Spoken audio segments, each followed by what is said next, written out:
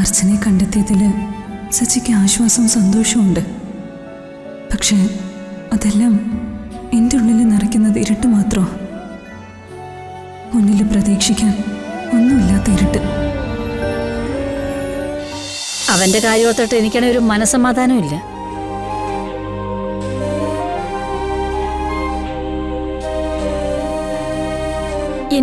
എനിക്കത് വല്ലാത്ത പേടി തോന്നുന്നു മോളെ. അമ്മ വിഷമിക്കണ്ട, ഞാൻ സച്ചിയോട് സംസാരിച്ചോളാം. അവനെങ്ങനെ മോളെ വിളിക്കുകയാണെങ്കിലേ പെട്ടെന്ന് ഇങ്ങോട്ടൊന്ന് വരാൻ പറയണേ മോളെ. അമ്മ വിഷമിക്കണ്ടെന്ന് ഞാൻ പറഞ്ഞില്ലേ, ഞാൻ വിളിച്ച് പറഞ്ഞോളാം. ശരി മോളെ.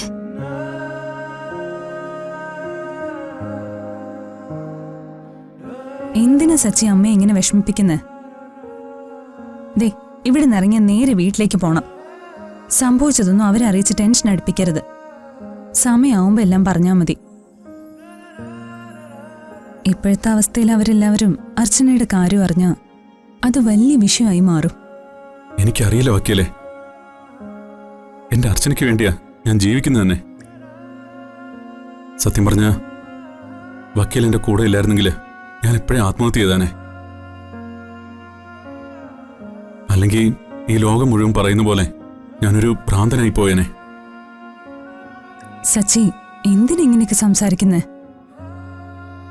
എന്തൊക്കെ സംഭവിച്ചാലും ഒറ്റയ്ക്കാണെന്നുള്ള ഒരു വിചാരവും വേണ്ട.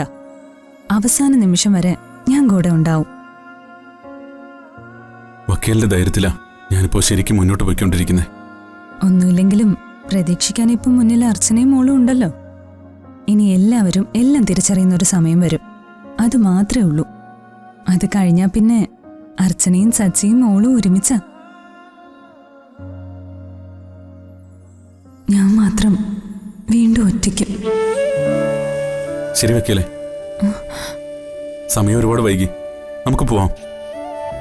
ഒരു ഓട്ടോ വിളിച്ച് വക്കീലിനെ ഞാൻ വീട്ടിലാക്കിയിട്ട് പൊയ്ക്കോളാം. വേണ്ട സച്ചി, എനിക്ക് കുറച്ചു നേരം ഒന്ന് ഒറ്റയ്ക്കിരിക്കണം. എന്റെ മനസ്സൊന്ന് ശാന്താവണം. സച്ചി ചെല്ല്, ചെന്ന് അമ്മയെ സമാധാനിപ്പിക്ക. എന്നാ പിന്നെ ഞാൻ ഇറങ്ങിക്കോട്ടെ, നാളെ കാണാം.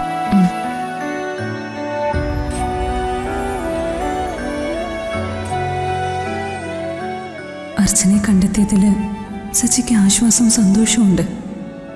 പക്ഷേ അതെല്ലാം എൻ്റെ ഉള്ളിൽ നിറയ്ക്കുന്നത് ഇരുട്ട് മാത്രമോ? മുന്നിൽ പ്രതീക്ഷിക്കാൻ ഒന്നുമില്ലാത്ത ഇരുട്ട്.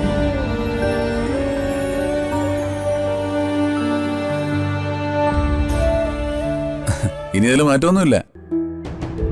നമ്മൾ ഫിക്സ് ചെയ്ത ടൂർ പാക്കേജ് തന്നെ. ഞാൻ സമരോട് സംസാരിച്ചു.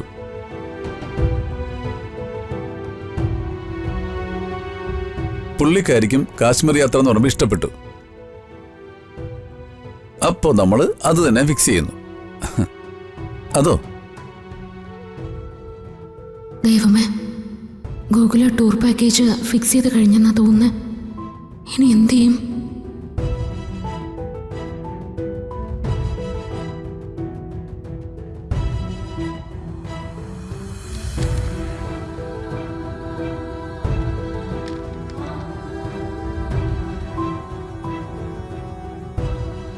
ഇത് സച്ചേട്ടന്റെ കേസിന്റെ കമ്മീഷൻ റിപ്പോർട്ടാണല്ലോ.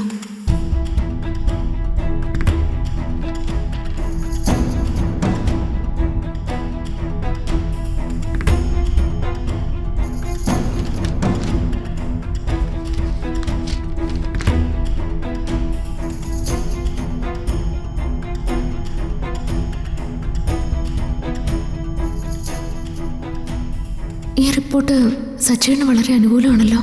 നെല്ലിശ്ശേരിയിലെ സ്വത്ത് മുഴുവൻ അച്ഛനെ കബളിപ്പിച്ച് അവന്തിക തട്ടിയെടുത്തതാണെന്ന് കൃത്യമായി ഗൂഗിൾ എഴുതി വച്ചിട്ടുണ്ട്.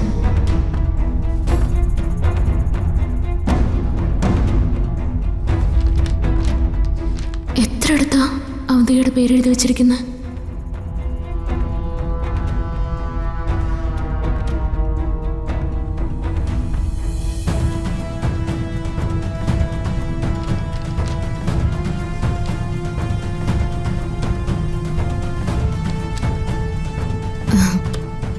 സോറി, ഞാൻ അറിയാതെ ഒരു കൗതുകം കൊണ്ട് നോക്കിയതാ. ഇരിക്കെ.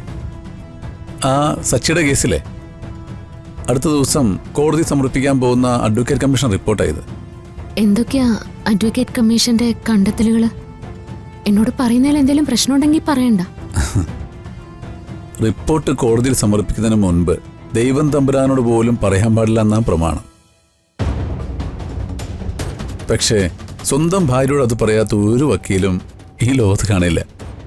ഗൂഗിൾ എപ്പോഴും ന്യായത്തിന്റെ പക്ഷത്ത് മാത്രമേ നിൽക്കൂ എന്നുള്ളത് എനിക്കറിയാം. ഈ കേസിലെ ന്യായം ശരിക്കും ആ സച്ചിയുടെ ഭാഗത്ത് തന്നെയാ. എടോ, ഞാൻ തന്നോടൊരു കാര്യം പറയാം. താൻ ബെസ്റ്റ് ഫ്രണ്ടായി കരുതിയിരിക്കുന്ന അവന്തികയുണ്ടല്ലോ, അവര് നമ്മൾ വിചാരിച്ച പോലെ അത്ര നല്ല പുള്ളിയൊന്നുമല്ല. അവരാ ഈ കേസിലെ ഏറ്റവും പ്രധാന പ്രതി. നെല്ലിശ്ശേരിയിലെ സേതുമാധവൻ എന്ന ആ സച്ചിയുടെ അച്ഛനെ കബളിപ്പിച്ച് മുഴുവൻ സ്വത്തുക്കളും എഴുതി വാങ്ങി തന്റെ പേരിലാക്കിയതാണ് ഈ അവന്തിക. അവന്തിക അങ്ങനെ ചെയ്യുന്ന എനിക്ക് വിശ്വസിക്കാൻ പോലും പറ്റുന്നില്ല. അത് മാത്രമല്ല, ഈ സച്ചിയും അയാളുടെ പഴയ ഭാര്യ അർച്ചനയും ചേർന്ന് ഒരു കുഞ്ഞിനെ ദത്തെടുത്ത് വളർത്തിയിരുന്നു. ഒരു ഡ്രൈവർ ശിവരാമന്റെ കുഞ്ഞിനെ.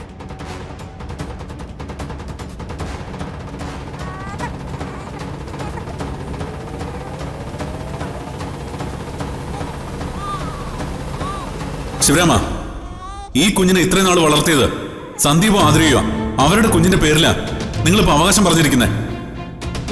പക്ഷെ നിയമത്തിന് മുമ്പിൽ ഞങ്ങൾ ദത്തെടുത്ത ഞങ്ങളുടെ കുഞ്ഞ് ഇതാണ്. ഈശ്വര, എന്റെ ഇന്ദുട്ടി. മൈനറായ കുഞ്ഞിന്റെ പേരിൽ സേതുമാധവൻ എഴുതി വെച്ചൊരു വിൽപ്പത്രമുണ്ട്. ഈ കേസിൽ നിർണായകമായത് ആ വിൽപ്പത്രമാണ്. ആ സ്വത്ത് പോലും അവന്തിക തട്ടിയെടുത്തു. ഈ കമ്മീഷൻ റിപ്പോർട്ടിൽ ഞാൻ അതിനെക്കുറിച്ച് വ്യക്തമായിട്ട് എഴുതിയിട്ടുണ്ട്. അവരെ ചതിച്ച് അവന്തിക സ്വന്തമാക്കിയ എല്ലാ സ്വത്തുക്കളും അവന്തിക തിരിച്ചു കൊടുത്തേ പറ്റൂ. നമുക്ക് കുറച്ച് ബുദ്ധിമുട്ടുകൾ ഉണ്ടാക്കിയെങ്കിലും ആ സച്ചി ഒരു പാവത്താനാ. ആ സ്വത്തുക്കളെല്ലാം അയാൾക്കും കുടുംബത്തിനും തിരിച്ചു കിട്ടാൻ പോവാ. സ്വത്തുക്കൾ മാത്രമല്ല, എന്നെയും സച്ചേട്ടനെ എന്നെ തിരിച്ചു കിട്ടുമെന്ന് ഗൂഗിൾ അറിയുന്നില്ലല്ലോ. ഡോ, ഇതൊക്കെ എടുത്ത് ആനന്ദമുണ്ടായിരിക്കുന്നത്. ഈ സ്വത്തൊക്കെ അവർക്ക് തന്നെ തിരിച്ചു കിട്ടുമായിരിക്കുമോ? സിവിൽ കേസല്ലേ? ഇത്രയും കോടിക്കണക്കിന് രൂപയുടെ സ്വത്തുക്കൾ എങ്ങനെ തിരിച്ചു കൊടുക്കും? ഇവിടെ കേസ് തോറ്റാ അവന്തിക ചിലപ്പോൾ ഹൈക്കോടതിയിൽ അപ്പീൽ പോവും. അവിടെയും തോറ്റാ സുപ്രീം കോടതി വരെ ചിലപ്പോൾ പോവായിരിക്കും. കേസ് കഴിഞ്ഞതൊക്കെ തിരിച്ചു കിട്ടാൻ കുറച്ച് സമയമെടുക്കും. പക്ഷേ ഒരു കാര്യം ഉറപ്പാ, ഈ കേസിന്റെ വിധി നിർണ്ണയിക്കുന്നത് ഞാൻ എഴുതിയ ഈ കമ്മീഷൻ റിപ്പോർട്ടായിരിക്കും. എവിടെയാണെങ്കിലും സത്യം മാത്രം ജയിക്കട്ടെ. ഞാനെന്നാ മോളുടെ അടുത്തേക്ക് ചെല്ലട്ടെ.